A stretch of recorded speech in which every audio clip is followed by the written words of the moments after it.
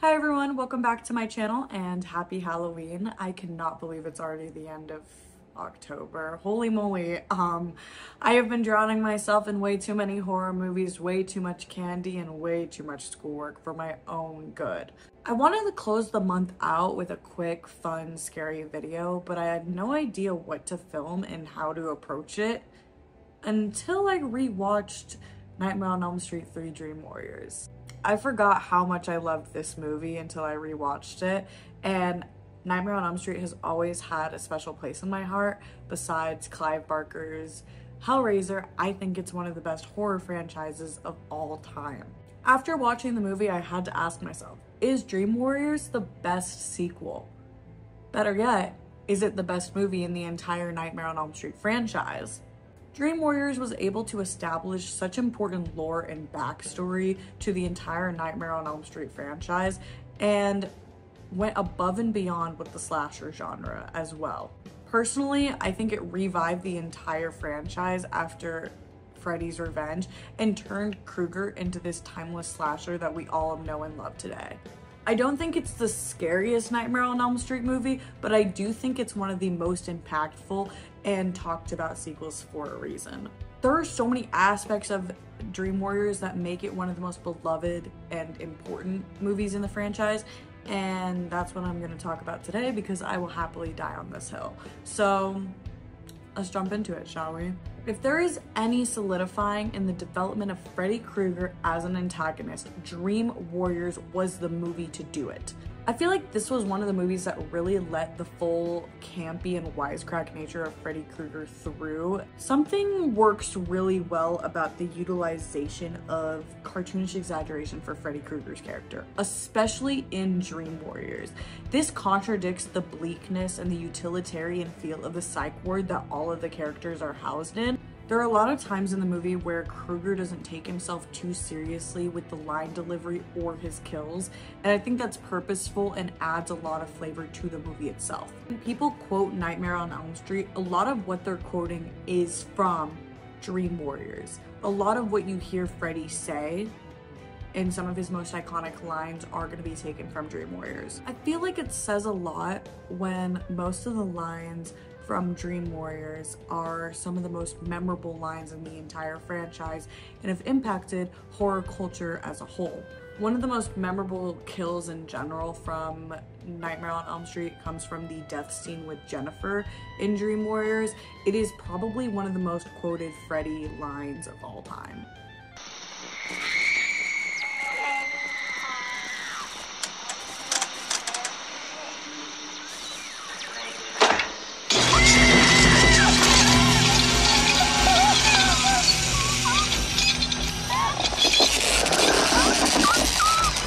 This is it, Jennifer. Your big breaking TV. Welcome to prime time, bitch. This scene alone impacted not only pop culture, but horror filmmakers and fans forever.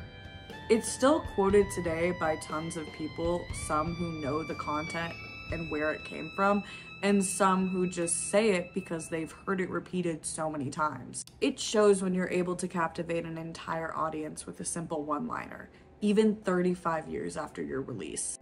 Also, there's been a really good amount of surrealism that's been etched through the entire franchise of Nightmare on Elm Street, but Dream Warriors seems to tackle surrealist horror the best. I honestly feel like Freddy Krueger is a conduit for the genre in this movie specifically. Freddy's character is immortalized even further because of the resurgence of the franchise through Dream Warriors. Freddy's Revenge got panned after release due to the lack of original cast besides Robert and didn't stay true to the original film, or so people thought. I personally believe that the entire Nightmare on Elm Street series is political and always has been. A lot of people didn't like the political underarching and overarching themes of Freddy's Revenge and how it dealt with homosexuality in the movie. Though, I would like to emphasize that I am not a hater of Freddy's Revenge, and if y'all would like me to do a video talking about the themes of the movie and how they are not inherently homophobic, let me know down below in the comments, okay? I also wholeheartedly believe that the sequel holds up to the original movie from 1984, due in part to Wes Craven returning to the project. Wes Craven is a master of horror, point blank, period. Watching the first part of Dream Warriors, you almost feel like you're transported back into 1984, and this is because of the return of Heather Langkamp's character, Nancy Thompson. She is one of the most popular final girls in horror history. This could have been a huge risk factor due in part to most final girls just having a one and done. A lot of these women didn't make reappearances in movies except for Halloween and also Hellraiser. But I feel like they needed to amp up Dream Warriors due to the reviews that Freddy's Revenge had gotten. I think that Patricia Arquette as Kristen was one of the best casting choices that they had done in the entire franchise, minus Nancy Thompson. I'm really glad her character was almost like this torch passing type of character from Nancy to her as a final girl, and also Kristen really felt like she mirrored a lot of Nancy's personality traits, not only in the first movie but with her reappearance in Dream Warriors. They do develop this really beautiful sister bond throughout the third movie, and I feel like it paints this legacy that is needed in the Nightmare on Elm Street franchise. Here's the controversial bit though, that some people get mad at me about. Nancy had to die in this movie. It was a necessity for the entire franchise to keep moving along down the path that it was going. I believe her return and her death in Dream Warriors is only vital to what happens in Dream Master and the Dream Child. A theme in Nightmare on Elm Street seems to be sacrifice, and what sacrifice means to individual people and how sacrifice as a community can help a community.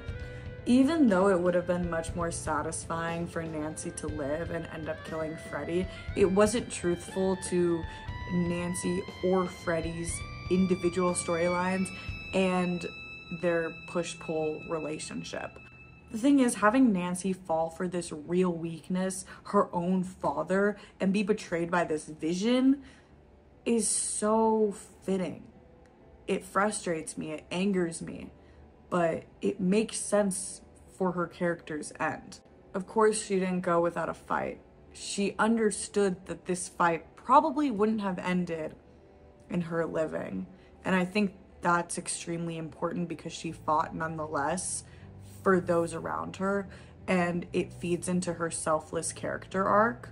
It's also apparent in the Nightmare on Elm Street franchise and also Dream Warriors that mental health issues are a huge topic of discussion. It was extremely purposeful that Dream Warriors was filmed in a psych ward and that all these characters were struggling with mental health issues. Some of it could have been unintentional, but I highly doubt that as to what Freddy is and what he is consistently used as a metaphor for in a lot of these instances and a lot of the death scenes. I think the reason I liked this depiction of the children in Dream Warrior so much was because they felt like regular children with mental health problems and not this glossy Hollywood type of mental health depiction.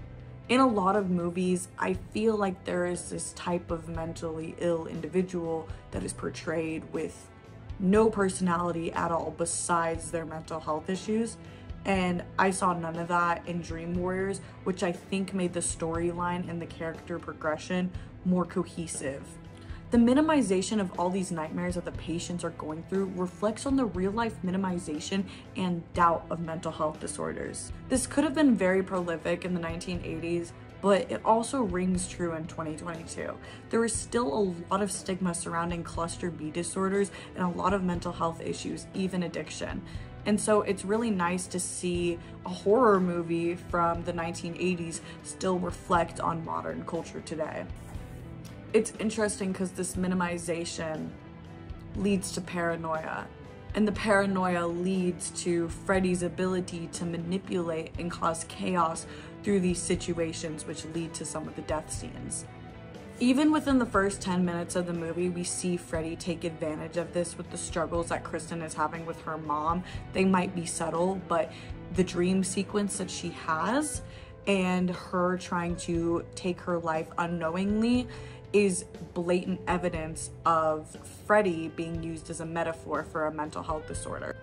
But he doesn't only manifest himself as mental health disorders and problems that people deal with in Dream Warriors. This is a consistent theme followed throughout the rest of the franchise. Nightmare on Elm Street has never been one to shy away from deeper themes.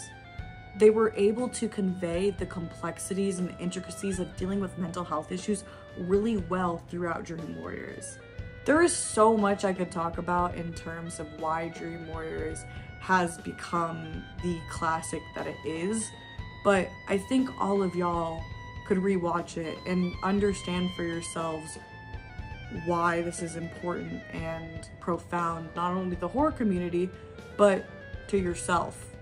It's a weirdly introspective movie that I enjoy every time I turn it on. Thank you so much for watching. Make sure to like, subscribe, and ring that bell for when I post a new video every couple weeks. And I will see y'all next time. Bye.